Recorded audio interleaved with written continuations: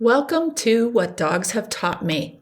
I'm your host, Julie Hart, and this is the podcast where we stop to wonder if we are truly grasping the lessons our canine companions could teach us. I'm a dog rehabilitator, here with something you may not know. The greatest teachers about dogs aren't necessarily human, they're actually the dogs themselves. At What Dogs Have Taught Me, we dive deep into the educational, practical, and sometimes controversial aspects of understanding our canine companions. Whether you're a seasoned dog trainer, devoted rescuer, loving foster parent, or simply someone who shares their life with the dog, this podcast is for you. So whether you're looking to deepen your understanding of dog behavior, refine your training techniques, or simply revel in the magic of all things dog, you're in the right place. Let's have a heart-to-heart. My guest today is none other than Phyllis Smuland of Canine Counselor, Inc. My very first dog trainer I ever hired 15 years ago, also mentor and good friend. Anyone that knows Phyllis finds her to have an uncanny ability to know what's in a dog's head, what it's going to do next, and how it's thinking. She has trained dogs for almost 40 years, starting in the 80s with protection work and then graduating to pet dog training. She has consistently specialized in dog aggression and many very complicated cases. A lot of times she would get calls from people after they've tried a couple trainers. Her knowledge is amazing. We started talking about dogs sitting and why they sit, and we're going to discuss that during this podcast. It's an interesting conundrum whether or not to make a dog you're training sit or ask it to sit, when to use sit. Dogs sit for a couple reasons, which we'll go over at the beginning of the podcast. And then we'll talk about different cases or when we would or would not have a dog sit. We reference a couple photographs during this podcast, so I am going to post those on my Facebook page, which is Heart to Heart Canine. And also I'm going to put them on the YouTube version of this podcast during the podcast so you can see the photos we're talking about. Hope you guys enjoy this. It might make you think about some things most dog trainers do almost automatically a little different. Phyllis's business name is Canine Counselor, Inc., and she's in Spotsylvania, Virginia. She is hosting Heather Beck and Jason Vasconi this spring, so please check out her Facebook page, Canine Counselor, Inc., for that information. And she also does shadow programs for anyone interested. You can bring your client's dogs to her house while you're getting paid by your client, and she can help you with any difficult cases. Phyllis and I were talking about dogs sitting and what it means to a dog when we ask them to sit. And I think this is an important topic, and it kind of goes back to how Phyllis and I train dogs, which is we train the dogs individually. That some dogs we might ask them to sit for various reasons, and some dogs we won't at certain times, right? Yes, and I mean, the more and more as time goes on, I rarely ask a dog for a sit. I don't teach young puppies to sit anymore. There's really no point in it because they generally don't sit much unless they're watching something. So if we're teaching them to sit, what are we actually teaching them to do? Are we teaching them to sit, or are we teaching them to be at attention and start watching? So if we go into like the old obedience of watch me, look at me, right? They're sitting and looking up. But then those dogs also, some of those dogs, if they're likely to be reactive, they're like, okay, I'm watching you, okay. In the case of a pet owner that thinks that their dog is going to react, and then they're built up for it, and they get the dog to sit and look at them, dog's more likely to react. Does that make sense? Yeah, and I can think of several scenarios when dogs do sit. So let's talk about the pictures, which I'll share somehow. I might put them in the description or in the cover photo for the podcast and kind of talk about why dogs are sitting in these various photos. And then we can talk about how we can use that best in our training and behavior mod. Does that sound like a plan? Sure. All right. I know dogs sit, like the most common thing that comes to mind when training is either we train them to sit, right? Mm-hmm. Sit. Usually the first thing people do when they get a new puppy is teach it to sit. Yeah, and like my dogs automatically sit when I'm chopping veggies and they want a little bite, right? Yeah. And so they're waiting for something and watching, right? That's a learned behavior from us. It is. And it could be learned that they learned it from each other because, if one comes in and does it and then something happens, and so they didn't really learn it from you. They learned it from each other. Well, Tipton definitely learned how to sit watching the other dogs. Yeah. I mean, he saw them sitting and getting a treat and he's like, oh, I'll try that. And That's right.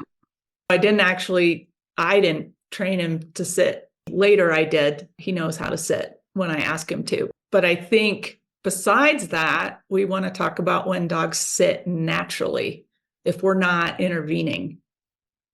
Yeah. And if I watch my dogs out here, if they're sitting, they're perched somewhere. Like they might get up on the picnic bench and sit and watch over the fence, for instance, because the deer might be there, right? which is rare, but there for a while they were coming. Yeah. And not to say that they don't stand and watch, they do. But if they're watching and waiting for something or looking out for something, they're sitting. So they're like sitting at attention. And so I look at that as they're watching out as the other dogs are moving around. And then if there's something going on, they all come pretty quickly. There's no vocalization. If the dog in a sit position goes towards something, the rest of the pack will follow. And sometimes go in front, actually. The watcher isn't necessarily the one that's going to follow through if there's an issue. So that goes into a training thing for me, which is if I have a reactive dog, which is most dogs these days, unfortunately, come in for training or coming in because they're fearful. So if we're teaching them to sit, we're putting them at attention to watch out for us. We're also making them a target for whatever they're watching and they're afraid of, which actually intensifies reactivity. And then sadly, I see increased corrective things happening, right? Started not teaching those dogs to sit, especially no sit stays. And there's really no reason for it, right? If a dog is walking with us and we stop and they stop, to me, that's good enough. And if they're nervous, I just don't want them looking in a different direction. I want them facing the same direction as I am because I'm watching out for them. There's a couple reasons other than watching that I've seen dogs sit, and that is like as a more, let's say, submissive posture, right? So when we step into space, a lot of times we wait for the dog to sit. You know what I mean? I know it's a common practice to step into dog space and you kind of stay there until the dog sits. And that sitting is like interpreted as a sign of the dog understanding what you want and kind of acquiescing and saying, okay, I'm sitting. What do you want now? That's right. I'm at attention now. I'm paying attention to you. So what do you want now? Yeah. That's right. I'm not saying we never teach a dog to sit. I'm just saying where are the reasons for that? Well, yeah. And that's what I think. That's why we're doing the podcast, right? Is to talk about why do dogs sit when it's appropriate to teach them. And so Boo decided to be a bad Boo and try to crash the door when I let her out, and I had to step into him. And as soon as I stepped into him, he backed up and he sat and he looked at me. And he looked at me like, I ain't moving.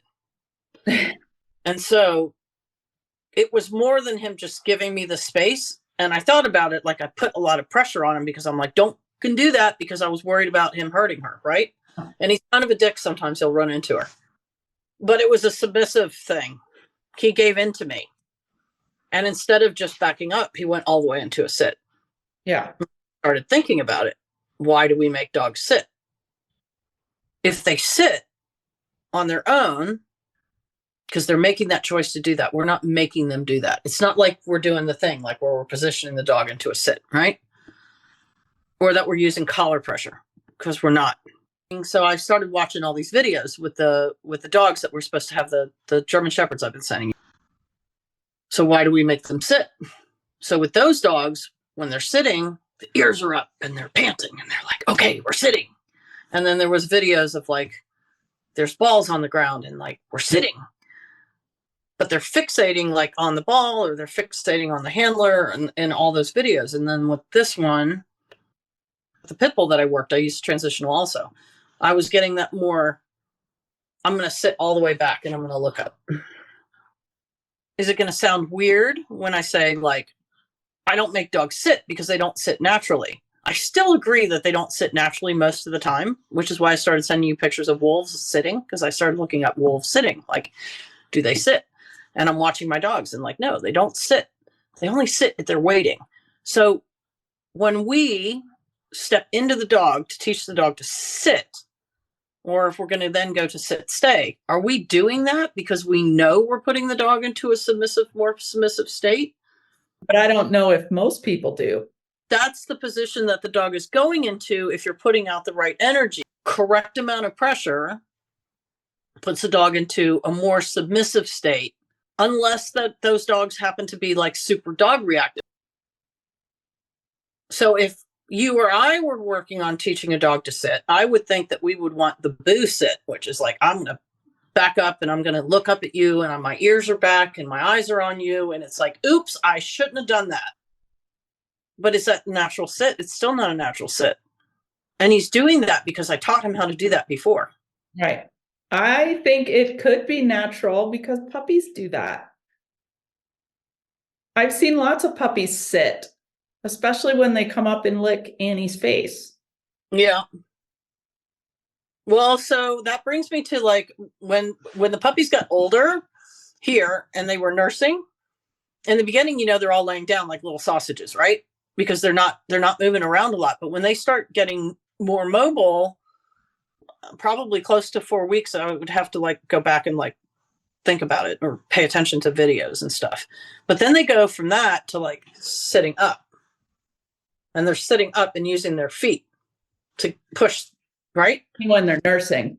They're nursing, yeah. And so they're almost sitting like in a sit up position. Right. They use their feet, or they're sitting and they're doing that, sitting and waiting. Yeah. But you think about the dogs like in the house and in the yard, and when they're moving around, what are they doing? They're laying down or they're standing. They're not sitting. And if they're really watching something, they're standing up. Looking up pictures of puppies nursing. It's not like we've had hundreds of litters through our houses here. They do naturally sit. They right? do. I think what I'm saying, it's not often that they sit. Because the last time I fostered a litter of puppies, you know, that was 9 years ago. That's crazy. I'm looking up something too. So Julie, this right here is cool, right? Because it says, okay, I Googled in early obedience training, what was the point of teaching the sit command? Okay. And in early obedience training, the sit command is taught first because it's a fundamental, easily controllable position that lays the foundation for further training, allowing the dog to learn basic manners, focus on the handler, and provides a calm, controlled posture in various situations, making it a key building block for more complex commands like stay or heel. That makes me think again, like when I was teaching in the beginning, like when we did sit and sit stay, like the dog was expected to be calm. We used to say they had to be submissive. They couldn't be dominant.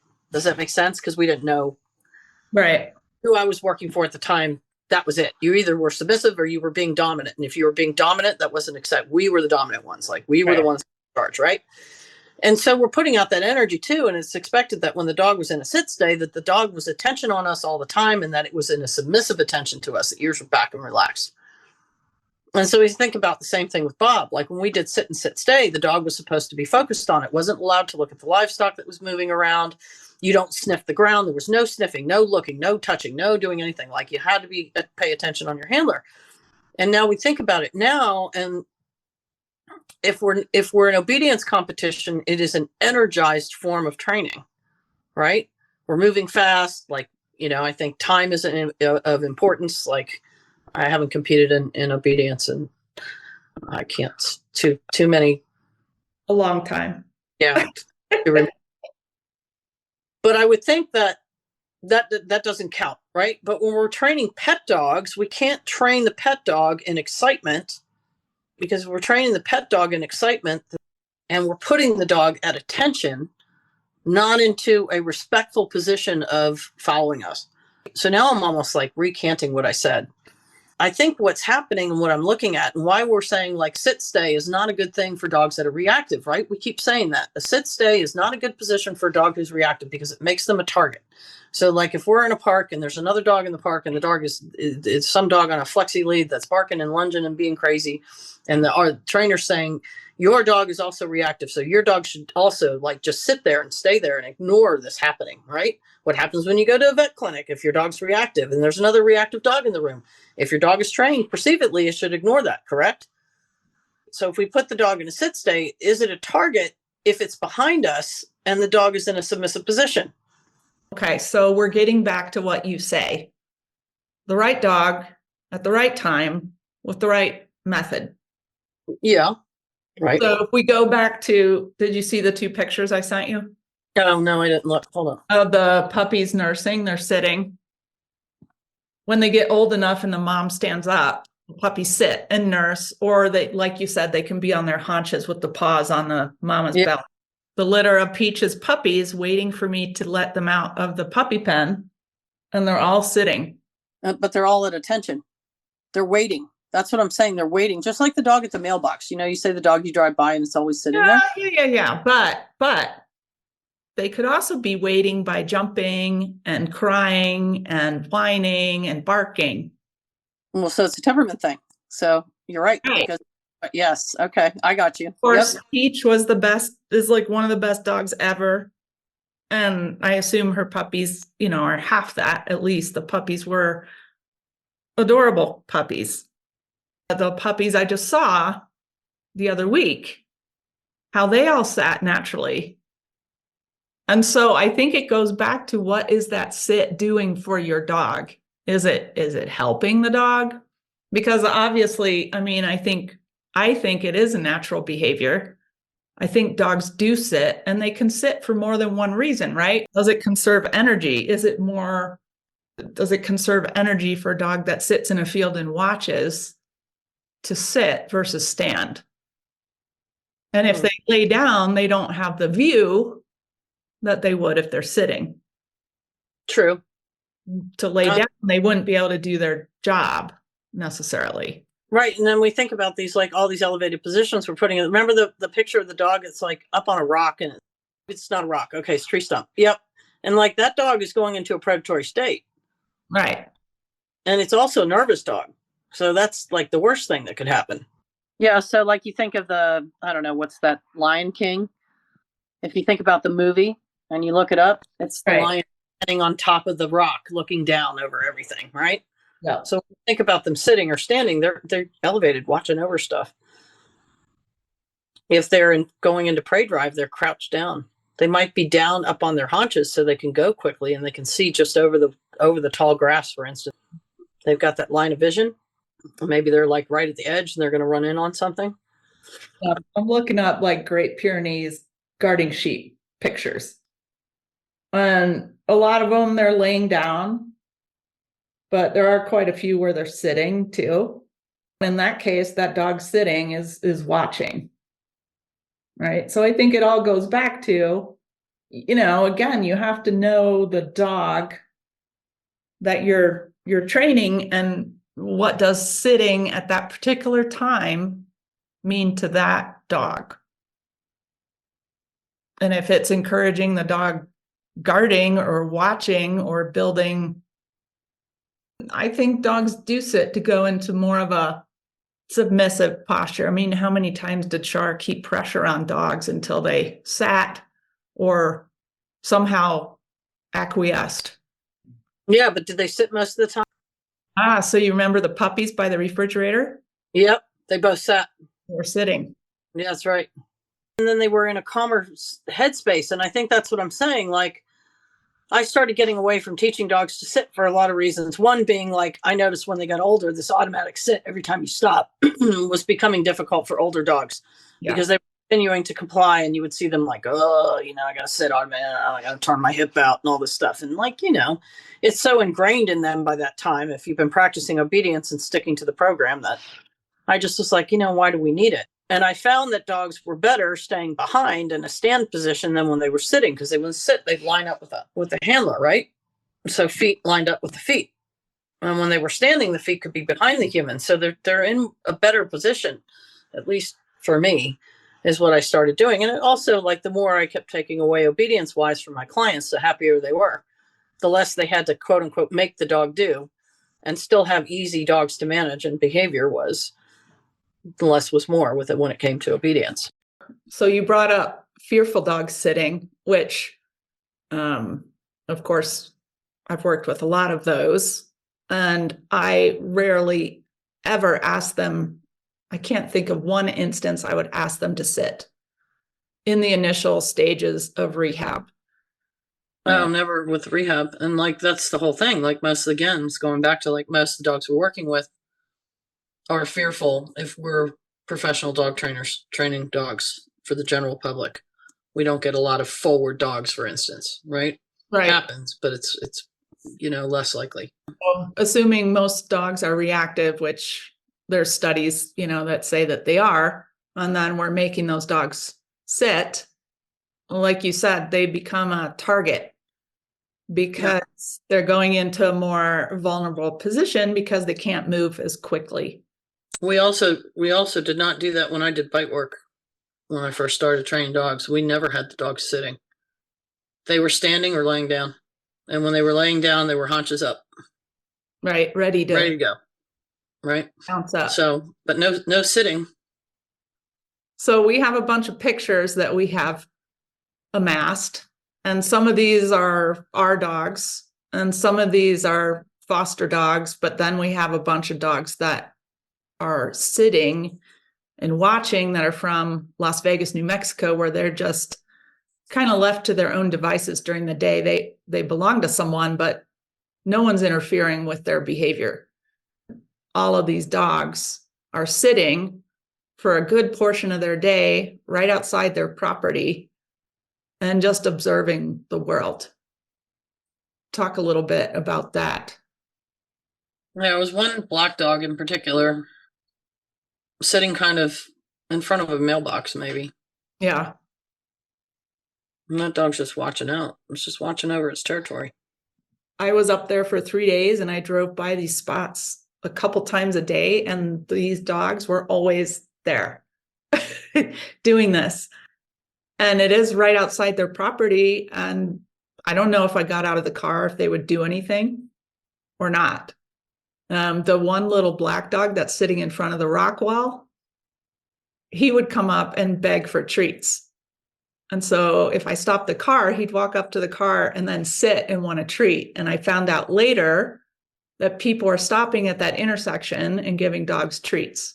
When we're in a busy setup where we're crossing the street, if we're having the dog sit and there's another dog across the street sitting, we are now perching those dogs to face off against each other for the territory on either side of the street. And so they're likely to react as they come towards each other. And that's where people can have trouble in the city. A more practical thing to do would have them stand and not make them face directly across the street at the other. Yeah, you block the dog has to be behind you. And we can talk about that too. We're the ones that are standing watching across the street, not the dog. Right. We should be the watchers, not them. That's right. The point is like, when do we actually need sit and stay? Right. So, like, when do we need it? I teach it for fun now. Like, let's pretend we're in a courtroom. That wasn't my question, Miss Hart. When do we need it? My question was, when do we need to teach a sit stay for what purpose? When will we actually use it? If we're not competing in obedience, like, let's say we're not competing, right? Because for those of you who compete in any kind of obedience competition, like, go for it. Yeah. But why? When do we need it in obedience? I rarely use it ever anymore. I used to use it more, but did I have to? I don't know. But that's why I'm wording it that way. Because Yeah, if you say, well, I want my dog to sit politely and wait to get greeted by strangers, why do they have to sit? And right, this is what happens too when they get older. Whatever they're conditioned to as young dogs, you must sit every time before you get petted. You must sit every time before you cross the street. You must sit every time before this happens. You have to sit and wait for your food. And then when they're old, they have to do that repeatedly. And if right. they're arthritic and not feeling well, then they're still doing it because they're conditioned to do so. And I see dogs like when they're older and they're like, oh, I got to sit at the crosswalk. Right. It's like, okay, why? I don't care if you choose to sit, but I'm not going to force it. Right. Yeah. I think I don't know if this video is still on my YouTube channel, but it's called I Don't Do Sit Before Feeding My Dogs. Oh, okay. Yeah, I don't either. I mean, and actually, honestly, when I'm feeding my dogs, they all come and stand in their spot. I never taught them really. I didn't like teach them to do that. If they weren't really where I wanted them, I would just like back them up a little bit and they'd figure out their own kind of little area. But it wasn't about making them wait. As a matter of fact, a lot of dogs you do that with, then if you think about it, dogs that are trained to sit and stay and wait for their food, how often have you seen them sitting there with their eyes like saucers and they're drooling? They're like, when is my food coming? We're going to make you wait until you're calm. Right. Okay, well, like if you hadn't forced that waiting in the beginning, like the dog might not have started the drooling process in the first place, right? And if they're waiting, like, I don't know, if you think about a pack that's waiting, and I just asked Marguerite to take some pictures because she's got a nice big carcass that was just dropped off at the property. So all the dogs and the chickens and everything are eaten away. And I'll get some pictures. But if there's any that are around, they're usually not sitting unless they have their back turned and they're watching out for other things. Otherwise, they're laying and they're keeping that nice, 6-foot distance, maybe a little bit more, waiting until it's okay for them to come in, take their turn if they're low ranking, Or they might be standing with like low posture, but they're not sitting facing the carcass going, hey, when's my turn? The things that happen on Phyllis's farm, right? In karate class, you use your body, and this is going to go back to the sitting, bear with me, but you use your body so when you go to punch or something, you actually kind of wind back, right? So you take your body back, not really a spring, but sort of like that, right? So you wind back and then you punch. Yep. Well, that way you have more power. And so if we're making a dog sit, that's kind of their spring, right? We're compressing that spring, and they're going to go boom forward more. And of course, that's what we see when everyone's like, oh, I make my dog sit for their food, and they sit, like you said, they're all like getting amped. Yeah, and then they launch. And then the person says, okay, and the dog's like, boom, right? Or out. So what are we actually teaching them? To get all like worked up for their food, which is exactly what we think we're not teaching them by making them wait. Yeah. To me, wait is not, I don't know, wait is like just hang out, just be there. And stay is like stay and be ready for the next thing, right? Does that make sense? Yeah. Well, I mean, if I'm teaching a dog in obedience, Hildegard, I've done sits with her only when I tell her. There's zero automatic sit in that dog.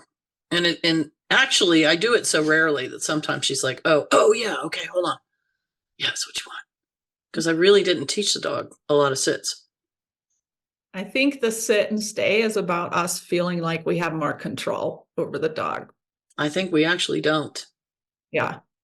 But I think that's why people do it. Because, okay, so here's an example I would use it, or maybe a downstay. When I used to take my dogs to lessons, and I would have them sit and stay while I would walk the client's dog back and forth. That's the only time I can think of that I would really need that command. And if I were to think back about times where I was doing obedience training with a dog that was like dog aggressive or reactive, and I was doing the sit, the dog would always be at sit and at attention, and I would have to try to catch that correction on time before the dog would make another mistake and be like, no, you need to be like sitting but soft. I would have to put more pressure on the dog to get the dog to be softer. Does that make sense? Yeah. And then it, counteracted itself, right? I think this is the key, is the conditioning. Well, of course. Because what you're teaching, and you have done this too when you train dogs, is you were very conscious what state of mind the dog is going into with various obedience cues. Correct. Right?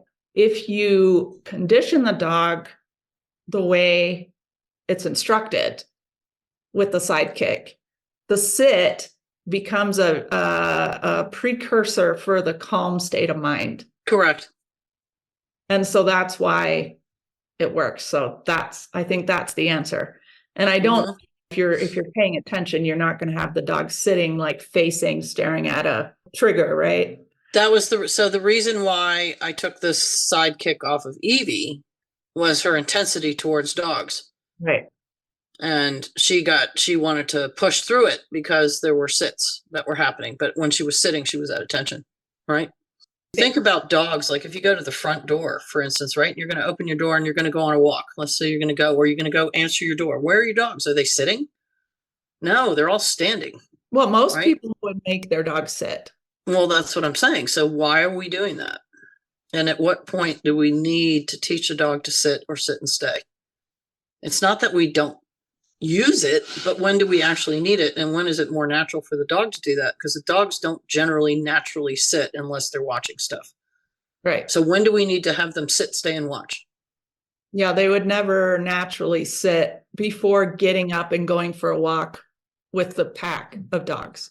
They wouldn't go, okay, guys, let's go for a walk and get ready. I mean, they do that in bite work. The dog is sitting and watching until they get released and they get to go after the bad guy. Right. And then it's like an intense, in competition, right? And when I did it in the 80s, it was more about personal protection. It wasn't about competition. So I did not have my dog sit. My dog was always standing. And if I did distance stuff, the dog was in a down, but in a crouch position and ready to go, which is putting them into a more prey state, which is what they would do if they were hunting for something and they were going to go after it. Low and then launch. Going back to things like competition, when we're doing competition, yeah, sure. You're doing a sport, you're doing it for a reason. But when we're talking about training pet dogs, like when do we need to teach the dog to sit and stay? And why? And when do we actually need to use it? Well, and let's talk about when it might be detrimental to do that. Oh, yeah, with reactive dogs, which is like the most of the what we're dealing with the general public. Kind of that's what sitting and watching does, is they're reserving energy because they're sitting instead of standing, which dogs will stand and watch too. But sitting is a little bit, I would think, uses less energy. Then they're just kind of waiting to see if anything happens. Animals don't go nuts in the wild before they go hunt prey, or they'd scare it all away. That's right. So, it's like Tipton would be awful, actually. Well, probably if he wasn't on a leash, he wouldn't be whining and telling me where the coyote is. If he was off leash, he'd just go away. Well, that's right. That's right. Again, it's like the same in karate. Like, you're not using more energy than you have to. So before you actually make contact, you're relaxed in your body. And then at that last second, you power it up. That's right. Because you got to put everything into it. Yeah. And so the dog is doing the same thing. But if they're watching and then they're being told that they can't move from that position, we're doing that because they're afraid of that's why they're reacting, right? Because they're afraid. Another podcast, barking and lunging at the end of the leash is typically not dominant behavior. No, or aggressive. That's right. They're usually doing it because they feel like they have to. It's frustration, and it can lead to aggression. So we're actually teaching it. When I first started training with you, my first set of dogs, they were trained in obedience. They knew all their obedience. And I want to make it clear, we're not saying dogs shouldn't know this. It's just when to use it and when not to. That's exactly what I'm saying, right? And I'm saying more often than not, when we're not competing or doing something in obedience with a dog, with our pet owners and all that stuff, what I found over the years changing, the less they have to do, the easier it is for them. So I started saying to myself, well, what is it that people actually need the dog to do? They need the dog to walk on a loose lead and not pull them no matter what, right? Is that a formal heel? No, to me, it's a really good loose lead walk. Formal heeling is competitive. It's different. So they need to follow the owner. They need to not run out of an open front door or through any threshold, which has nothing to do with sit and stay, because I don't want them watching and waiting until they can do so, right? Like, go to your place and stay there until I don't want you there anymore, right? Downstay. And of course, most critically, a really solid recall. Yeah. Right? So do we need heel? No. Do we need automatic sit? No. Do we need stand stay? Not necessarily, because if I have the dogs wait at the door, I really don't care if they end up sitting on their own. Most likely they're not going to, but I'm not going to teach it. And if I teach down stay, then the mind must be in a down also, for another podcast. I wanted to take a minute to mention that if you are wondering how we actually teach dogs to wait at doors and such things, you can check out my YouTube channel titled What Dogs Have Taught Me, and there's several videos on there about how I use my body to stop dogs from coming out of doors and gates. It's not about down and being ready to move forward. Again, like, when do I need sit and stay? Do you think your clients did better learning the obedience to manage? No, they hated it. They hated it. I can interrupt you. They hated it. They were like, do I really have to go out and practice heel sit down stay twice a day for 20 minutes? Because I hated it. Thanks, Bob. I had to do that, every dog twice a day for 20 minutes when I first started training dogs. Heel sit down stay twice a day for 20 minutes. Every dog do at least 6 sit stays, 6 down stays, out of sight sit stays, out of sight down stays. And like, it slowed the dog's behavior down and got us more control and all those good things. But the clients didn't want to go out and just do that. They were like, when can I just go for a walk? Like, they just want to go. I don't want to keep having to turn around. If the dog really knows how to follow the human, you don't have to keep turning. A little bit in the beginning stages of teaching a dog to follow you a little bit, especially if they are much like some of the dogs we have now from puppy mills and stuff. There is no interest in following humans, right? So we have to teach them. And sometimes you have to worry about the dog then wanting to go away from you. Again, I go back to, like, what is the point of teaching a dog to sit? I think some people would say that the clients need to have that control because they can't manage the dog any other way, which I think is selling the client short. I think they can. Romeo is a good example, right? I always use Romeo as an example. I didn't teach that dog any obedience.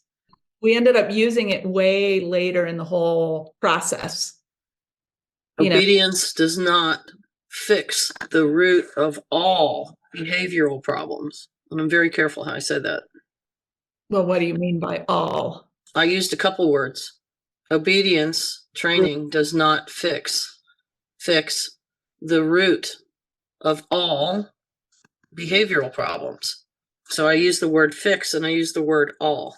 So obedience training can help give us control over the dog. And I'm not saying I'm not obedience training a dog. I'm teaching it to loosely walk. I'm teaching it a recall. I am teaching it a downstay. I am teaching it how to properly downstay. Not all like ready to go, right? Not my personal protection dog that is up on his haunches and ready to go. I'll try and describe what it looks like. Your down is the dog is over down, hip tucked, all the way down and relaxed. Yeah, but you don't make them lay their head on the ground. No, they do that on their own because they're in a relaxed state of mind. So it's more about the state of mind. It's about getting that relaxed state of mind. So when they go into the down in the first place, that they want to be in a relaxed position. They don't want to be like, oh my God, I'm in a down and I have to stay here. So what? Their head is up and they're watching. Same thing as sit stay. I don't want that. Yeah. I don't even teach the down until a little bit later with a lot of the dogs that come in for board and trains because they're so nervous. Right. Yet I might massage them and push them around and get them into a physical lowered down position. I mean, I'm getting off course here, but I'm not teaching like sit, stay, down, stay, sit, stay, down, stay. I think there's you have to kind of know that point where the dog trusts you enough that you can ask it to go into a down and it feels okay doing it. There's also that argument that, if you make the dog lay down, then it will calm down. I'm just People plain. may perceive it as that, but that means that they're putting that heat and that energy in it, and they're letting that dog know you need to knock it off.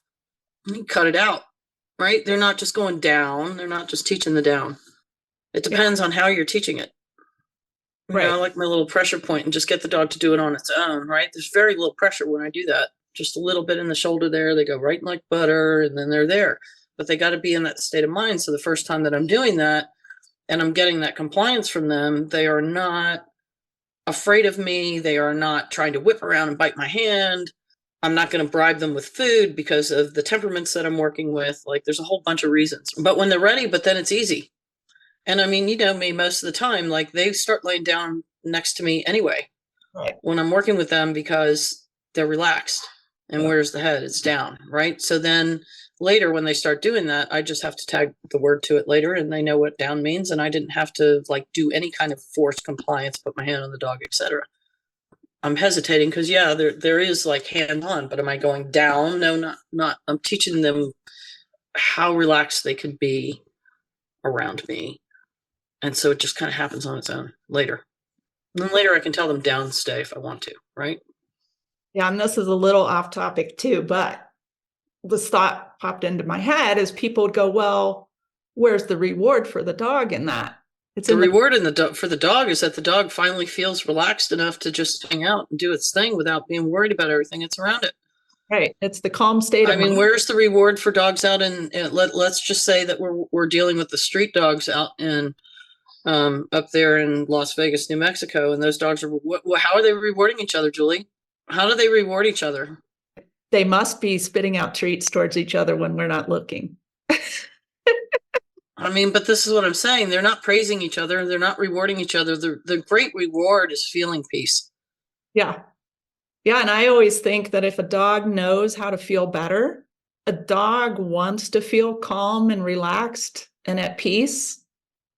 And so once they get to that state where they're relaxed enough, like you said, they just start laying down, they're going to keep like defaulting to that more and more and more because it's a self-rewarding behavior. Correct. Think about that. Okay. I've done things with obedience in the past where I've made dogs behave. The reward of saying good dog and praising the dog verbally, physical praise, and doing all those things means absolutely nothing to that dog if that dog doesn't trust you. Right. Like, I forced compliance and the dog's looking at me with its ears back going, oh shit, well, I know I better sit. And then I go, oh, you're so good. And they're like, yeah, great. Cool. Like, it depends on the temperament of the dog. Yeah. Because if I put that much pressure on a dog that I'm now rewarding it for performance for me, or let's say we got the excitable one. I don't know, that German short hair pointer that's like all over the place. And the anxiety too, right? And in this particular one I'm talking about at the moment doesn't happen to have aggression, as a lot of them can. Their mind isn't relaxed. So if I'm praising them for doing any kind of obedience, if the mind isn't there, what am I actually rewarding? Again, the reward is so much greater if they just feel relaxed and happy and good about stuff. Yeah. And it doesn't take a sit and sit stay to get the dog there. On the contrary, it can actually cause more issues. Well, and I'm just thinking of the dogs I work with. I mean, certainly if I even lure them into a sit with food before they trust me, that is a whole can of worms of breaking trust, asking them, putting too much pressure on them psychologically, even if I'm using food. You have to look at each dog and teach them these things when they're ready to learn it, and it will benefit them. I think forcing heavy compliance on dogs that genetically are predispositioned for certain behaviors, what are we asking from them? We're asking them to not do what's in their nature, right? And so that's when trainers say, well, they need an outlet. And in some cases, I agree with that 100%. Like, this isn't a Belgian Malinois.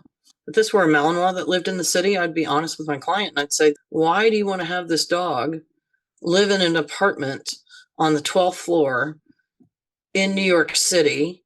Let's find the dog a better place, right? And people say, well, that's cruel. Like, now the dog doesn't have its home. Well, what's cruel is whoever sold that dog, rescued that dog, gave that dog to the wrong place in the first place is the one who made a mistake, not the person who doesn't know any better, the first time pet owner going out and getting themselves a dog, because Malinois are all over the movies now. So the same thing with a pit bull that is game bred to live in the city where there are dogs on every corner is asking a lot. Yeah. And so now that's our job. Our job is that we are supposed to help the people and we're supposed to help the dogs. And in some cases, it's not fair to either one of them. Now we look at what? Well, we're gonna either take our time and train the dog, teach the dog a bunch of things, teach the dog skills. This is where the transitional helped Evie quite a bit, right? Initially in the city, really helped her. It would have been management. And so we are actually teaching our clients how to manage these dogs. We're not just taking the dog in and training it for a month or less and taking it home and handing the leash to people and giving them a couple or one lesson or 3 lessons or whatever people do and walking away and it's fixed. Like for the rest of that dog's life, you want to say it never malfunctions again after a less than 1 month program? I do beg to differ. I see frustration. So let's say that there's tons of dogs that live in the city that are similar that cannot be rehomed to the country, or the people don't want to rehome them. So then what would you recommend? I mean, I can think of lots of ways to engage with these dogs without having them actually practice what they were bred for. Environmental agility or nose work or... I mean, nose work, yeah, in the city, environmental agility, yes, maybe. Up and down off of benches and parks and stuff. But I think a lot of people, like from what I saw, were struggling, like with these people, they were struggling just getting into the elevator because there's other dogs. Yeah. Like there's things, right? And that's what I'm saying to you. The amount of training and the amount of pressure that we have to put on the dogs to get them to comply around this stuff can be a lot if they really are true to their breed. And again, people say, I've trained 100 pit bulls to that were reactive. If they were reactive and not predatory, there's a big difference. Right.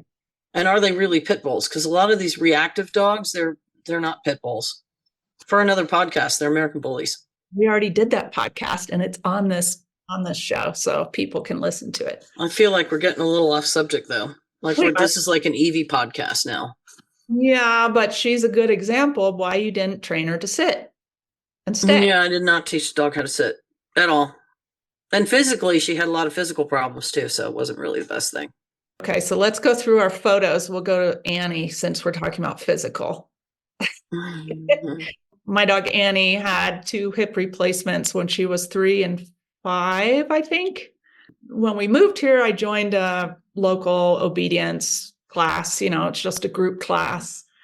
And this trainer would get on me and Annie because she wasn't sitting fast enough. I told her, I said, she has hip dysplasia. She's like, well, it shouldn't matter, right? I'm like, finally, I just told her, I said, my dog's not going to sit that fast. By that time, she had had a hip replaced. I think she finally got it. For my dog, this is sitting for her. Looking back, maybe I shouldn't have done that at all, but... She was sitting slow because she had to either adjust or because it was uncomfortable. Yeah, and she was a big, slow-moving dog in general. Well, that's right. Also reminds me of that little Yorkie dog you called me about with the people that wanted you to train it to sit stay. And you called me and you said, I can't get this dog I can't get it like positioned or something. There was something. And I'm like, it's got double luxating patellas. It can't sit. Yeah. So why are you doing that? And I don't know, the people, were they okay with it not sitting once you explained it to them? Or? So actually that dog, I started working at this place at the end of that dog's training. It was going home in 2 days after 3 weeks staying there, and they hadn't gotten the dog to sit.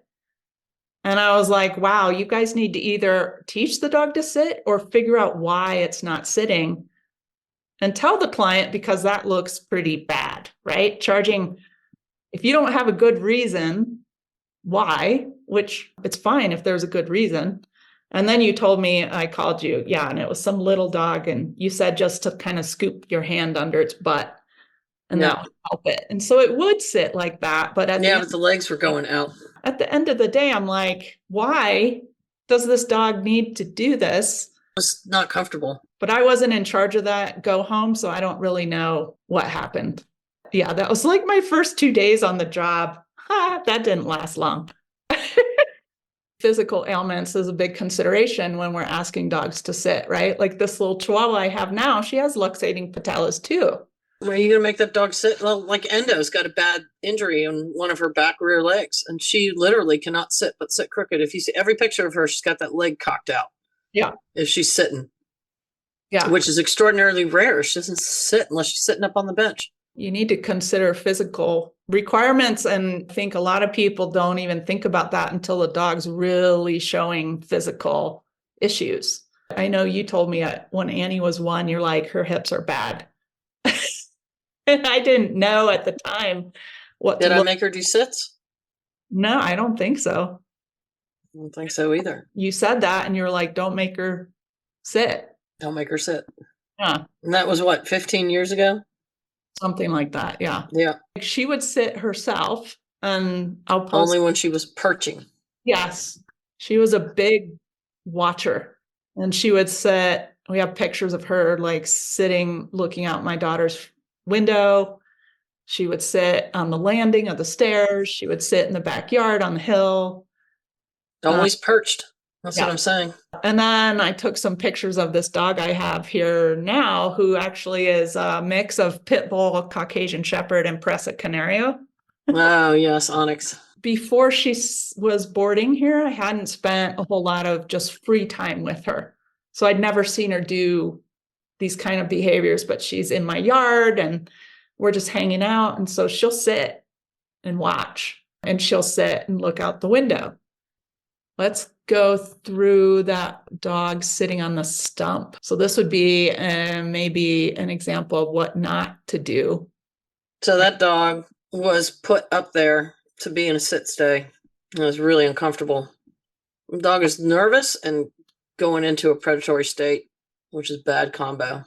And so sometimes elevating dogs like that, though, can help with confidence, and also they have a better view. So would you put that dog up on an elevated surface not sitting, or would you just not elevate that dog? I would not elevate that dog because that dog was extraordinarily predatory, and that dog had multiple bites on people. After the dog came home from training, I believe that dog bit the owner in the stomach, and they had also had a new baby. Right. And the dog got euthanized after that, after it had been sent in for a 3-week fix program. That dog came back from a 3-week training program, quote unquote, fixed. And I forget, did they call you seeking a second opinion? They called me wanting to know whether or not I agreed with euthanasia or not. Okay. After the bite. And I mean, you think the woman had a baby and then the dog bites her in the stomach. She's got a new baby in the house. The fact that the trainers even took the dog in is beyond me. Yeah. So thousands of dollars later and a bite within less than a week of the dog coming home. These are things that I see. You know, first of all, that dog lived in a home with no small children and with very capable hands. We're still talking about a dog that's attacking the owner. Right. There's a big difference to me. You're not fixing temperament in dogs. Go to all the cute puppy sitting pictures that we have. I sent you the little white dog with the black eyes. Huh? That was a really, really nice puppy. That puppy actually just got placed a couple days ago. That's him in his foster home after the first day. Why would puppies sit? I mean, there's even a picture of Ayla sitting in the front seat of the car. Ayla was at attention. I can send you 2 more pictures in succession with that, where within less than a minute, she was absolutely passed out on that front seat. That was the first day I picked her up, and I took her out to my farm with her sister. I put her back in the car and was taking her home after running around on the farm for, I don't know, a good hour or 2. And she was exhausted, so she was sitting there at attention like, I'm good, I'm not falling asleep. And then the next one is like, she's like slouched sitting and looking at me. And then the next one, she's like laying down. And then she's like, head is flopped off the side of the seat. She slept like that all the way home. She was trying to keep herself awake. That's funny. That little black and white puppy I told you about, the whole litter would come up and look at us and sit. Why do you think those dogs are sitting? They're waiting to see what's going to happen next. They're looking at you. Why wouldn't they wait standing? Because they can look at you better sitting. Do you think it's anything about going into submissive posture? All those puppies were keeping that distance from you anyway. Yeah, they were very polite. They didn't run up and jump or anything like that, even though they were 6 weeks old and they're in the. No, well, I mean, a lot of times when puppies are sitting like that, they're not. The little white puppy is sitting at attention, and I think it's because she made noise or she had food or she did something to get that picture. The black and white puppy that's waiting on its own naturally, the back legs are really loose. I bet they're not sitting up. It's sitting back, which would be more submissive, yeah. But that's also what I'm saying with the sidekick. You get more of that. The rest of the body is in a submissive state. It's not at attention looking at you with the sidekick on. Right. It's sitting relaxed next to you with the sidekick on. It's different. At least that's the goal, I would say. It's not about getting the dog to stay at attention. It's getting the dog into a more relaxed state. Those two pictures of Ayla, even though she's much older in the one, she's sitting and her mouth's open and like she's all kind of loose in the first one. And then the second one, she's much more intense and her mouth's closed and obviously looking at something. She's looking at the cat in the neighbor's driveway. Groups of dogs. And if we have many dogs out in the yard together, typically what I find is they'll kind of angle themselves to different directions. Oh, yeah. Watching out for each other. Yep. Yeah. And either sit or lay down. Like the ones on the outside are sitting and maybe elevated, and the one on the inside might be laying down. Think about it. When I think as Annie got older, she would lay down more just because sitting may not have been comfortable, but she would always lay down on an elevated surface. It goes back to like, why do they sit on their own? And they're watching for something. Yeah. Or waiting for something. So we go back to like, why do we need it? Well, we need them to wait. Okay. If they need to wait and relax, then that's where your good downstay comes in. Because again, it's based on temperament and working with pet dogs. What's the point? I think when do we need it? That's what I keep saying. When do we need sit stay? We need it because we're talking to the neighbor. Nope. We need downstay. We need it at the front door. Not necessarily. So what's the difference between a sit stay and a downstay? Stay would be, to me, if done properly, relaxed state of mind. Unless I'm doing some kind of competition and then my dog's up on his haunches and ready to go. And again, it's being trained for purpose. We're training a dog for behavior. It's different. Yeah. Doing behavior modification in a dog, when do we need sit and stay? When do we use it? When do we need it? I don't use it much anymore. I mean, but that's what I'm saying. I feel like I need to teach it to dogs. That's probably the residual like obedience training in my background. I mean, I know, I get it. Like I did it for decades. And I just like got away from it. And my clients got happier with the less homework that they had. They say it's easier. Right. It's much easier that you're incorporating these things, these obedience things or these training things into everyday behavior, into everyday life versus that we're actually going to go out and practice obedience training. No, we practice everyday life, and the dogs have some things they have to comply to. But it's not like he'll sit down, stay, he'll sit down, stay. Right. Drilling the dog on obedience. You're going to sit, you're going to stay, you're going to go to your cot, you're going to lay down, stay on your cot. Why? Talk about, like, here's the thing, like group class. If you're going to do competition obedience, okay. But if you're in a group class, as long as the dog is following the owner, why does it have to sit? I mean, people are going to go, well, because that's what you do. Well, okay. Why do we teach obedience? And it would be for compliance. Compliance. But why do we have to do it that way? Where did obedience training start? Military. Yeah. Your weapon was typically on your right, and your dog was usually that's why your dog was on your left. We're talking about militaristic obedience. That's needed for really, really tough dogs. And those dogs also had to be quiet. They weren't supposed to be vocal because they're not supposed to draw attention. So you said, why do we have obedience training? I think was the question. Yeah. And I said, for compliance. To control the dog. And to control the dog. And why do we need to control the dog in that way?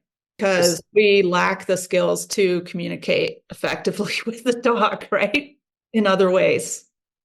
And again, like we're talking about pet dogs, like we're not talking about an abused dog or a feral dog, or we're talking about obedience, right? We're talking about client Clients, pet dogs. Why do we need to teach the dog to sit and stay? When are we going to use it? You need parts of obedience training. It's important. And in some dogs, I don't teach them anything. They're following me because they want to, right? They're laying down next to me because they feel relaxed enough to do so. And I am teaching them to do these things for the client, so the client can feel like they can say, hey, lay down. Oh, wow, it worked. The reason why I took some things away was because it was more difficult for the client. And then I'm saying, well, obedience training, if obedience training doesn't fix the root of all behavioral problems, when we're hired to train dogs for the general public, it's not usually because they need obedience training. Right. These people are not going out to compete in obedience. Well, they need to be able to walk their dog. Yeah. They need to be able to call their dog back, and they need the dog to not be reactive. So in the case of like a lot of these dogs these days being fearful, reactive, why are we going to make them sit and stay? We're putting them at attention, so they're going to watch more. Blocking them, keeping them behind us, utilizing a tool like the sidekick. There are a lot of other ways that we can do things, but making them do lots of tricks in obedience, again, like when do we need it? Oh, we need them to sit and stay before they cross the street. Why can't they just stand next to the owner? Because people are afraid. That's why. Because they're afraid the dog won't do it without the control of obedience. I mean, they can. Sometimes it takes a little bit longer to build a little bit of a relationship instead of just forcing compliance. Client doesn't have the same relationship with the dog that we have either. So sometimes when they try to get the dog to perform these things, they may not continue to do that as well when the trainer is not present. And I mean, I have a lot of people who said, oh, for instance, I've done e-collar training and damn it, I leave the remote in all kinds of places and like I forget where it is. And like, no, you need to be on all the time. You have to be ready all the time. You have to be ready to manage your dog. Well, what exactly are we doing then? Are we managing it? Or are we teaching the dog life skills? I just did an interview with Kelly, and her main thing that she wants to teach dogs is basically peaceful coexistence, which is life, to come when called. Yep. Move away from trouble. If you think about it, like that pretty much covers like almost every situation. I'm not going to put my dog in a downstay or sit stay when I'm fixing dinner to keep them off the counter. Yeah, you're just moving them out of the area. I mean, my dogs are out of the kitchen as a command. They can go in there. There's a water bowl in there, but if I'm cooking or I'm eating, out of the kitchen. And they know what that means. It means right now you can't be in here.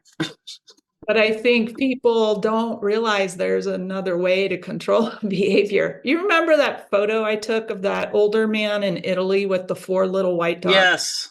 Yes. Great photo. And how all he was doing was just using his body to keep them on the stairs until he got his bike ready, and then the dogs jumped in the basket on the bike. Those dogs probably don't know formal obedience because they don't have to, because that guy knows and kind of instinctually how to ask his dogs to do things. Here's a good question. If we don't train the dogs in obedience, this is for just, all you guys out there that are in the obedience world, right? And you're training dogs for clients. This would be a question for dog trainers. If you're not teaching the dogs in obedience and you go to give the client lessons with the dog after you've had this dog in for training, what are you teaching them? You're teaching them what? This is how you hold the leash. This is how you hold the whatever leash you're teaching them to use. If you're using food, if you're using an e-collar, you have to teach them how to, all these different things depending on the equipment, on how to use it. So you're already having to teach them that. Now you're having to teach them how to do each individual command. You're having to teach them when they need to use those commands. You're teaching them that they have to practice those things on a daily basis. And if there are multiple people in the house, they all have to practice with the dog. The dog getting overtrained now when it goes home. What are you teaching them? You're teaching them to stay in their place. You might do like what I do, which is like a bed stay. You might do like go to your place, which is an area. You might teach the dog to be on a cot. But at what point are they living in the house and just being in the house without being told, sit down, stay, come, heel, place? If we go back, isn't it easier to teach them about spatial pressure to teach them about the basics of why they're having relationship problems in the first place, because it's really based on the relationship that they're having with their dog, why they're having problems. Should this dog be on the furniture? Should the dog be looking out the window? Should the dog be on a leash when the front door gets opened? Should the dog be on a leash in the house all the time? What are the circumstances? What happened? And then we might teach some of these things, but what are we actually teaching the client? And I feel that's where you always combined, even when you did more obedience, you still combine the relationship aspect. So it was always the relationship aspect first. So for instance, if I was going to take a dog in for a board and train, I would meet the client for a 2 to 3 hour consult, and I would teach them everything they needed to know to start changing the relationship in the house first. Because if I take the dog in and I don't change things in the house before the dog leaves, the dog is going right back into that same relationship with those people. And now the people have suddenly changed and said, well, today you came home from training and I feel really bad inside, but you can never be on the couch again. What? No, you need to teach them. They are the ones that need to start working on some of those things first. And so I give them enough skills to start changing the relationship in the house, or depending on the severity of things, maybe even detoxing. Like, guess what? You're not going on a walk around your neighborhood. You're going to go out in your backyard and these are the things you're going to do. This is what you're going to work on in the house. This is how you're going to exercise your dog, but not on a walk around the block. And these are the things you're going to do. And then the dog comes in. And sometimes I do that for 30 days before I bring the dog in. No less than a couple weeks, preferably, right? Depending on the circumstances, right? And then the dog's going through the same thing here. The dog's already prepared about how to start interacting with the people in the house. The dog's already late. It's already learning. It's already learning not to bolt out the door. We're already teaching, don't bypass me. I have people walk around their house and just like when you go from your dining room to your living room, it's a threshold. And now it's like the state of mind. The dog isn't like lunging at other dogs and barking at stuff. So let's say the dog barks out the window in the dining room. Great. We're not training the dog in the dining room. We're training the dog in a spare bedroom upstairs where the dog's, doesn't hang out a whole lot. And you're working your way up and down the hallway. You're avoiding windows the first 10 days. Like, that's just an example. We can't take the dog and just train the dog and give it back to the people who have the same state of mind, the same ideas, the same everything that's happening, and say that obedience training is going to fix the root of all their behavioral problems, because it's not. I mean, I have clients who come to me that have seen 3, 4, 5 trainers. I mean, it's insanity. They've sent them away for multiple board and trains. I'm now undoing things. And so detox, what I call detox, can also be done in home before the dog comes in for a training, any kind of training. Or it's where I start before I start giving obedience training skills, whatever you want to call them, about, how we're going to walk the dog and how the dog's going in and out the door. We're doing all that stuff later. So there are those cases where there are people in Washington, D.C., and they live in a high rise and like they can't accomplish some of the things. And I'm saying, look, the dog needs to come in for a board and train. Multitude of reasons why we can't do that. We can't afford it. We can't do this. We can't do that. We can't do this. Now we really have to think about, is it safe in the case of a dangerous dog or aggressive dog that it even stays there? It needs to be muzzle conditioned. There's a lot of things that we have to do. Teaching the dog to sit and stay is not going to help that particular problem. You touched on a couple important things, so I just want to go over them. One is, how many times do we see on social media, oh, I trained the dog, it was fine at my house, it went home and just totally relapsed because the relationship was not changed before the dog left. And so the dog goes back expecting things to be the way it was when it left. The wrong thing has been happening for such a long period of time. Trying to change that takes time. It takes 30 days for the neural pathways in the brain to change. Start to change. Start to change, yes. I always must say that. Yeah. Putting a dog in a stay can inhibit is their natural tendency to want to move away from conflict. 100%. It makes them a target. Hey, good pat on the back for the trainer. You managed to teach the dog a sit stay and a down stay when it really wants to go after stuff. And you know that the dog across the street is on a leash and isn't going to come over, but she doesn't know that. It's not necessarily teaching the dog anything. It makes them a target even if they don't want to go after stuff. And then guess what? Because they're restricted, then that nervousness builds and then they react. That's right. If we would just, and it's like, I don't get it. They sit there for this whole time and then Then right at the end, I always end up having to get them, and it's because they're building. And like we were saying before, dogs want to feel better. So if we teach them how to feel better and avoid stress, unlike humans, right? We tend to do things that build our stress, but dogs aren't. They're much easier. But if we teach them instead of sit, stay, if we teach them move away to feel better on a walk, and we actually let them like move across the street, or I don't know, sometimes it's only 5 feet, right? You just move them 5 feet back if you're at a park or something. Were you with me? Do you remember the big white dog that came to our workshop? We called it the big white dog, but it was Yeah, it was Biggie was his name. The one we did here with the rest. yeah. Yeah. No. The one we did at Angela's house. The last one we did.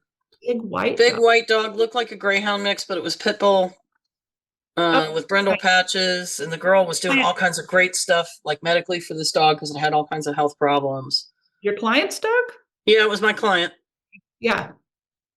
Were you on the lesson with me at her house where, so her dog wanted to react and go after dogs, and she also had gone to a board and train program where they did, I don't know, the dog came home on a prong collar, a side kick, and an e-collar after I think a 2 or 3 week board and train. I think it was 2 weeks for reactivity. And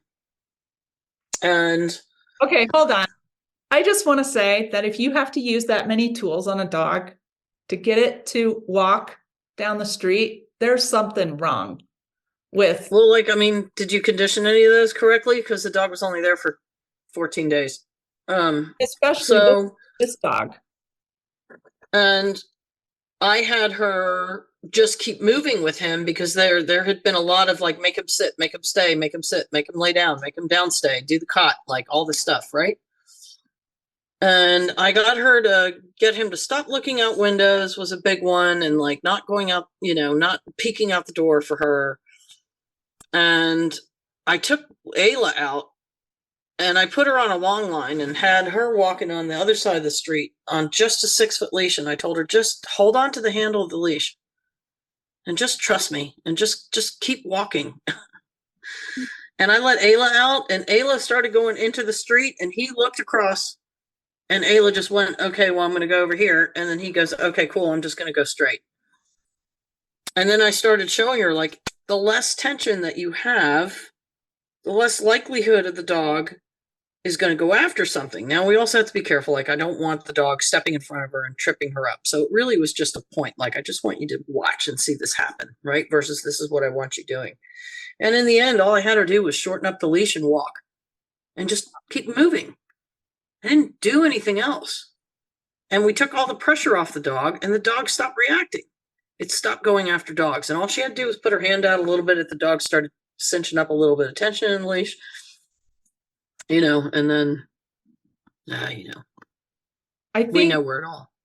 Well, I think part of this comes from too, people are like, well, then what are you doing exactly? Like, and I'm teaching the owner how to properly interact and have a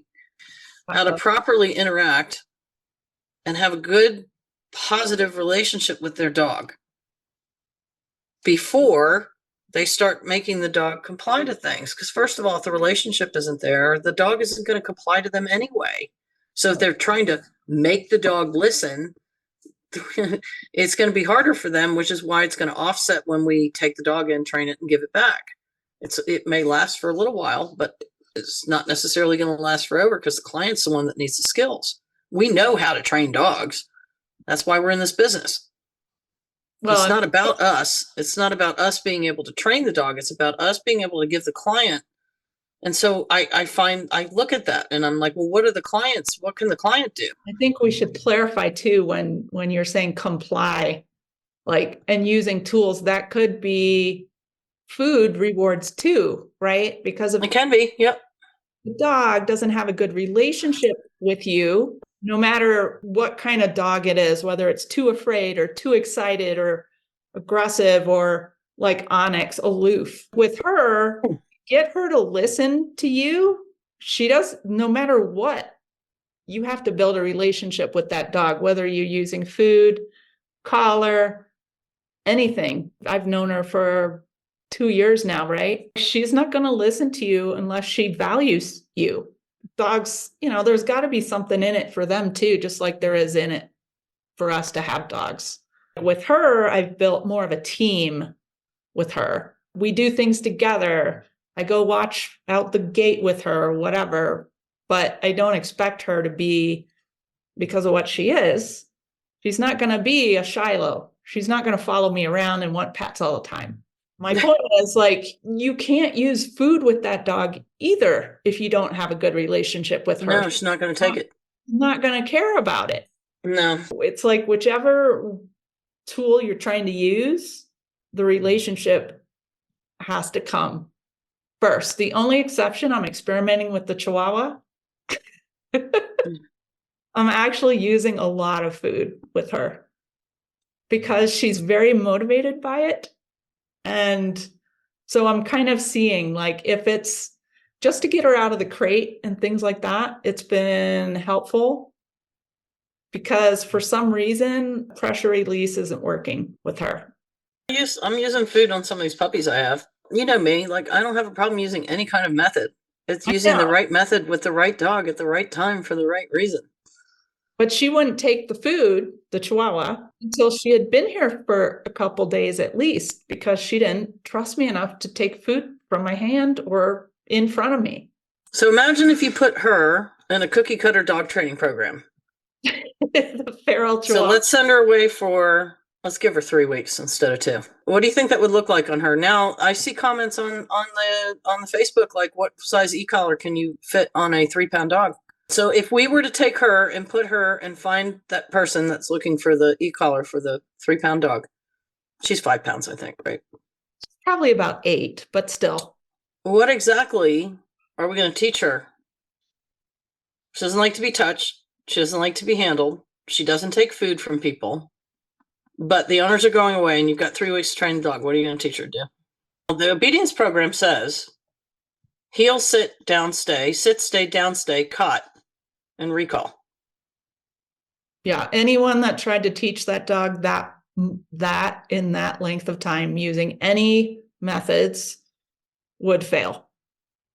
It's just not possible unless you just absolutely. Well, that's what I'm saying to you. What does that look like? If it's not impossible. We can force it. We can make it happen. No, I don't think it would happen. I think she just shut down. Right. And then, unfortunately, a lot of people would keep using an e-collar on that. No, and like, I've had this dog, 10 days. So she went back to Kelly for a little bit because I was out of town, and she's back. Yeah, I remember that. Yep. In 10 days, I'm thrilled that she's coming out of the crate on her own. She's now pottying on a regular schedule. She's eating on a regular schedule. She's actually enjoying being touched a little bit, and she's coming readily for walks. No, so to me, that's huge. And, like, that's what I'm saying. Like, why are we? I mean, honestly, if you need an e-collar, first of all, that dogs that small should not be off leash because of the coyotes and predators. I mean, a lot of these dogs are being trained on e-collar, not just for off leash. First of all, train the dog in front of you at that moment. And if you're putting a dog in a sit, let's say you're at a park and, I don't know, dogs are running by a few feet away, and if you're putting that dog in a sit, is it helping the dog or is it actually building? Yeah, and I don't mean to interrupt you, but I am interrupting you. When do we make dogs do certain things, and what does it actually mean? Because that's kind of what we talk about all the time. Like, we see things and we go, great, the dog's in a sit stay, but look, it's staring at what it's nervous about, and then the dog goes home, and then the client has a problem because the dog is staying for the trainer, but it's now lunging at the dog going by because it was fixated the whole time, meaning it was in a sit stay, but its mind was not. So, like, do we talk about that instead? And, like, why I might not make a dog sit. Why did you not train that Yorkie to sit? Because it couldn't. It was physically impossible to get that dog to do a sit stay. It had double luxating patellas. You couldn't make that happen. Are we making the dog too submissive and vulnerable if we ask it to sit at certain times. Yes, actually, that's a good point that you say that. So the pit bull I was working with, Me too, when we do our temperament evals, part of evaluating a dog is to try and place them into a sit and see how easy that happens. So well, why do that? yep. And if the dog is rigid and all that tells us a lot about the dog, right? But what does it tell us? If we try, if the dog gets stiff and rigid, Yeah, I know or the answer. I'm just asking for people listening. oh, well, for one, you want to stop because some dogs might actually bite you for that, Right. right? But two, like it's non-compliance. In some cases, it can be extreme fear. Those are dogs that are likely to have some form of aggression or reaction if you pursue doing something to them physically and they don't agree with you. And so why continue to push it, right? That's a dog that when I pick up its foot, I'm 9 times out of 10, if they're not going to sit for you, they're going to not want their nails done either. So I already know that I have a dog that if I'm going to handle it anymore and it's really that rigid, that I have to be a little bit more cautious about what's going to happen next. You have a theory, well, it's a little bit off topic, but you have a theory about if you touch their mouth and how easily they open their mouth. Oh, yeah. If they're clenching their jaws, you got to bite her. It just hasn't happened yet. I do it in young dogs. I actually have video of me doing that with a Bernedoodle, and I call it vice grip. You're trying so hard to get the jaw open, and like you just can't get it open, but the dog's not quite there yet where it wants to bite you. It will. And that dog did. I find a lot of the dogs that I eval in the shelter, even if they're, what was it? Which dog was I looking at? I can't remember. But I think the dog was very afraid, but then I went to touch its mouth and then it opened its mouth so easily. Yeah. Mm-hmm. Yeah. Less likely to bite. I should try it on the little Chihuahua here.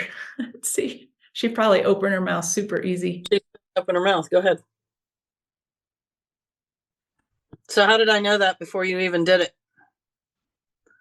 How did you know? Well, because you met her. How do I know things before they happen? This dog has zero aggression in her. She has zero aggression, but she's also a dog that people wouldn't necessarily know that because she doesn't want to be touched. Right. And I think that's the difference between recognizing fear that bites and fear that doesn't, which would be a really good topic for you, Julie. How do you know the difference between a feral dog that will bite you and a feral dog that won't? I used to make Annie sit and stay and focus. I know, but that's what But she wouldn't escalate because she was looking at me and not the thing. This is a very important key thing, right? Because the first thing that you were taught was how to have a proper relationship between you and the dog. Right. So if she's sitting and she's looking at you relaxed and saying, I'm not going to make a mistake. I'm being respectful to you. And I backed up your space and I'm sitting here. Yeah. Which is the whole point of like, if we're doing that right now, if I were to look back and we knew that she had bad hips, I think I probably stopped you from doing automatic sits with her, or said we're not going to do it, or that she just could stand and like sit and stay was for something else. And I only used that command in very tight situations where we couldn't move away. That's right. So it's not like I was having her sit and focus on me all the time. I mean, she sat a lot in the house though, even though she had bad hips, but she would do it slowly. Correct. And this is why I don't want to expect like an automatic sit or a long sit stay on a dog that is physically compromised. Yeah. No, do we know if it makes them comfortable? I mean, maybe it feels better to her than standing. Who knows? In that situation, like allowing the dog choice. But let's talk about having the dog sit and using excitement. Why? We know some people train dogs with a lot of excitement. Ready, fetch. Okay. Like you're playing chuck it with your dog and you're making them sit there first, right? Yeah. People will do that. So the dog is sitting in excitement, waiting for the ball to go again so they can chase the ball. Char would stand unless I asked her to sit. Right. And sometimes if I was, I don't know, distracted or I didn't throw the ball quick enough or whatever, she would do a sit. Like, what can I do to get you to throw the ball? You know how dogs will go through Yeah, that's right. Yep. their commands of like, well, if I sit, will you throw it? If I down, will you throw it? But that was a taught behavior. That wasn't a natural behavior for her. Talking about like I didn't teach my dogs any like sit, stay, or wait with the ball. I just throw it and make sure there's no competition, right? Right. Yeah. There starts to be any kind of anything, I can be like, hey, cut that out. Yeah, but you would motion to them or something. Like if one started to go after the ball and it wasn't their turn, you'd be like, hey. Yeah, that's all I have to do, right? I mean, they all respect me aside of playing ball, so, or I wouldn't have them all running together going for prey. Right. With the types of dogs they are. One, I think it is a natural behavior. They do it for different reasons. I think we've talked about that. Two, be careful about using it to make you feel like you're in control of your dog. I see a lot of clients actually are like, well, they'll sit when I ask them to, but then they do all this other stuff. Sometimes it's the first thing I think people teach their puppies when they get them. Of course. I mean, and again, like nothing wrong with teaching it. Is that solving your problem or is it adding to the problem? Because I find with reactive dogs, especially, and you taught me this, if we keep moving, it reduces their stress level than sitting. Yeah, and that's what they do naturally. They would move away if they could. Yeah. They out of that, we're forcing our dogs to be in other dogs' territories by taking them for walks, right? Yeah. We are. I mean, we live in a neighborhood. We go by, remember the golden retriever at the bottom of my street in Centerville that we knew as soon as we took that corner, that dog was going to be at both sides of that fence just going ballistic, right? That dog thinks we're in his territory. We can cross the street, and like if we cross the street, he's watching us, but he's not blowing up. So we are putting our dogs that would be afraid of that golden retriever, if we have to say that's at a corner, right? So let's say we have to stop because there's a car coming and we want to cross the street. We put the dog in a sit. Not only is the dog in a sit and sit stay, it's got the golden retriever behind it going crazy. So we are forcing our dogs to be in other dogs' territory. And they may want to say, like, we don't want to be in this dog's territory because this dog is telling us to leave. And hey, not for nothing, if we cross the street, like he might not jump the fence and attack me like he did last week. So, and people say that all the time. We go to a client's house, like, oh, I don't want to walk down the street on that side because that's where the dog jumped over the fence and attacked my dog, right?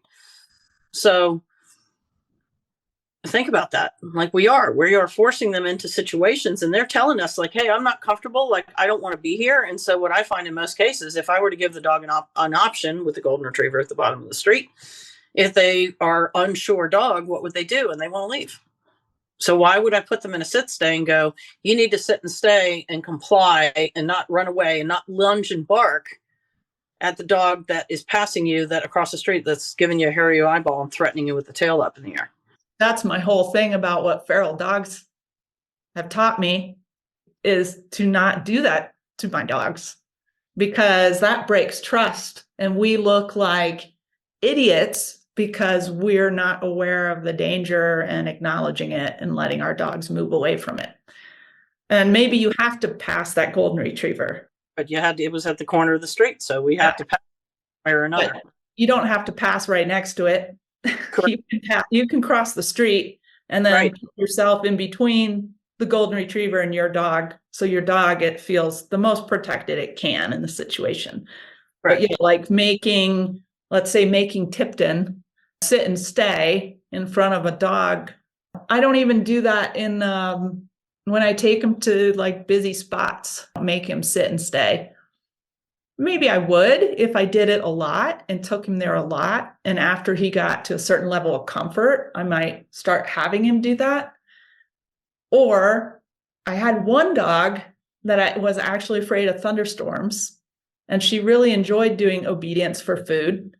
And when the thunderstorm would start, I'd take her outside and like do sit and stay and down, but she really liked it. So in that case, it actually helped the dog feel better about the thunderstorms over time. That makes sense. Yep. But she already knew those things and she already had a positive association with doing those behaviors. I'm not going to take the dog outside in a thunderstorm right away and have it do a sit stay. Well, and that's what I'm saying to you. Like, just because forced compliance can happen, we look at the dog and we're going, good job, you stayed while you were terrified. Or good job, like you did this obedience training that I've taught you. But that's what I'm saying. Like, at what point do we not make a dog do those things? You know, like when I do the bed stays and stuff in my house, I decide which dogs I'm going to have out with what dogs that I do that with, instead of saying, okay, well, I'm going to take all the dogs that I have in training and put them all in the bed stays at the same time. And then I'm going to have all my whole pack running loose and they're all going to be out. Well, if I have a dog like the pit bull I had in here, the red dog, remember her? I was very, very careful about having her in with certain dogs in my house and having her on bed stays and what the position of the bed was and all those types of things, because I don't even want her staring at a dog in a way that's going to enhance how she wants to kill dogs already. So I would position her and put her with dogs that she was less likely to react to, so that she would be relaxed when she was there.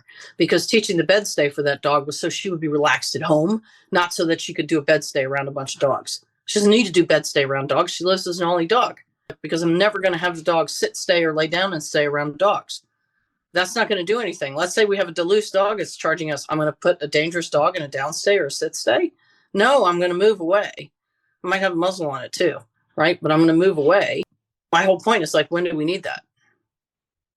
When do we need like sit stay? When do we need to down stay? What is the point of putting dogs in bed stays, or what do we call it, place? Or we use a cot? Like, at what point are we going to actually, what is that for? I see some dogs in those positions and they're stress panting. They're staying, but they're really stressed out. So is it working?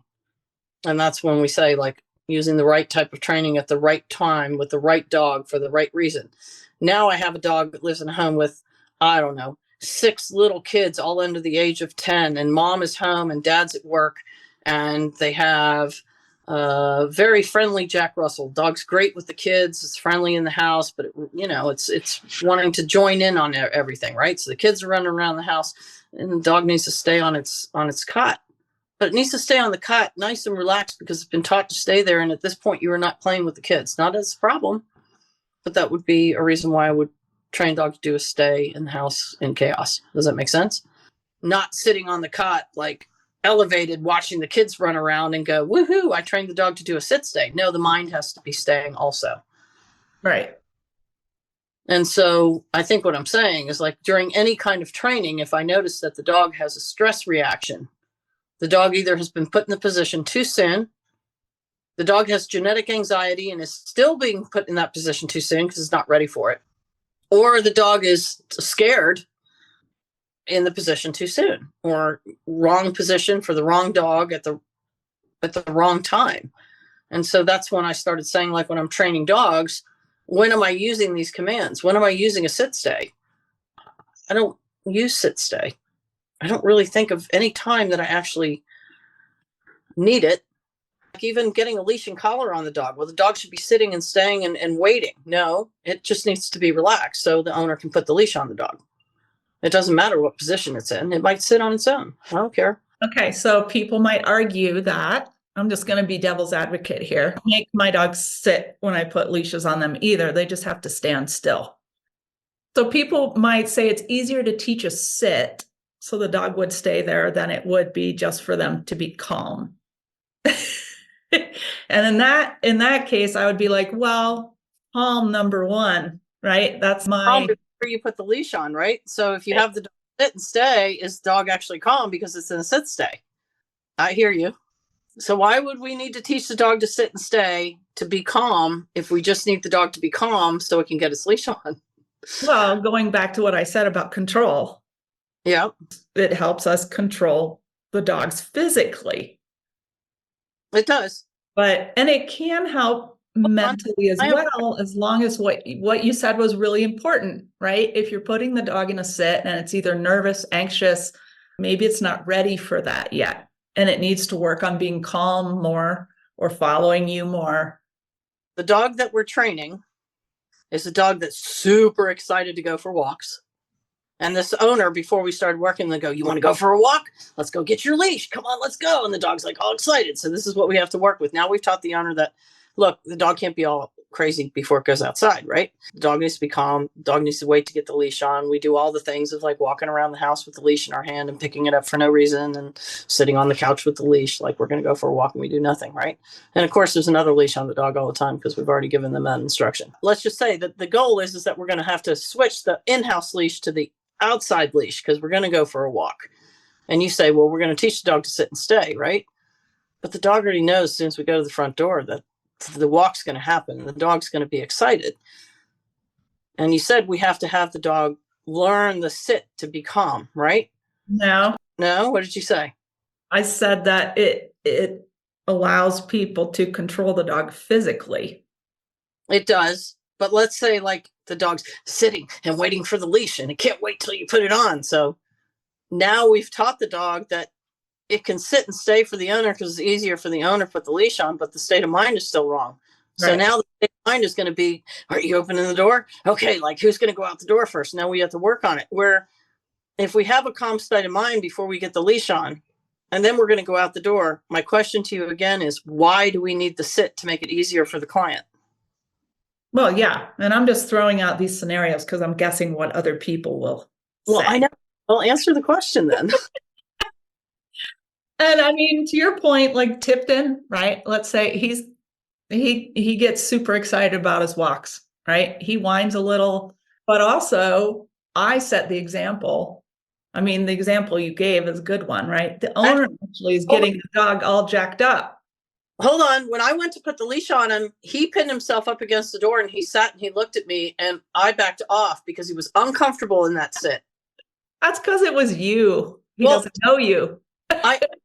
So that in that position, that was wrong because he's looking at me with those big saucer eyes, like, I don't know if I want you to put a leash on me, right? Right. And he was backed up against he couldn't move, right? So he had no choice. So like, I didn't want to put the leash on the dog and sit at that position. And that's what I'm saying. Like, if we keep going back to it. I don't make him sit to get a leash put on. Sometimes he will. Sometimes he won't. I wait for him to kind of chill out, right? He does his little happy dance and I get the leashes out, which I know is reinforcing his happy dance, but he's my dog, so I'm choosing what to work on and what not to. Then when he chills out some, I put the leash on. And then whatever other dogs in the house get their leashes on. And then we just walk out the door. But this is what I'm saying to you, like, depending on what we're working on, if we teach the dog to sit and stay, so the owner can put the leash on, or we're teaching the client. Let's say we're just teaching the client to teach the dog to sit and stay. Really, it's the state of mind. So it still goes back to why do we need to sit stay? Well, yeah, I agree. I mean, and I think if you teach a dog a sit and that body position is associated with a calm state of mind during the training, I think that can work. I agree with you. You know, and then it might be easy. Let's say the client's elderly and they move a little slow and I don't know, whatever, right? I can see where it would be helpful. You know what I do with my elderly clients that are kind of having struggle with the leash, get the leash on the dog? What did I teach the dog to do? I have no idea. The client sits down and the dog comes over and puts its head down. Oh, right. Yeah. And that's also what it does for affection. So it's not elevating on the client. And by having the head just low enough, she can just put the leash on very easily. And she's sitting, which is easier for her. I mean, with the little Chihuahua, you know, I have to like kneel down because she's so tiny. Right. And with a little dog like that, that might be where I elevate a dog for a client that can't bend over. Let's say it's in a wheelchair. Let's say I have a client that, you know, for whatever reason can't bend down and do that.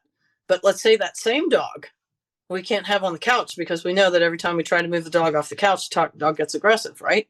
Find a way to get the leash on the dog. And so I might have a position where the dog's allowed to go somewhere. Yeah, like you could have a little step or something. That's right. And the dog can just stand up there just to get its leash on, and that's the only time it's up there.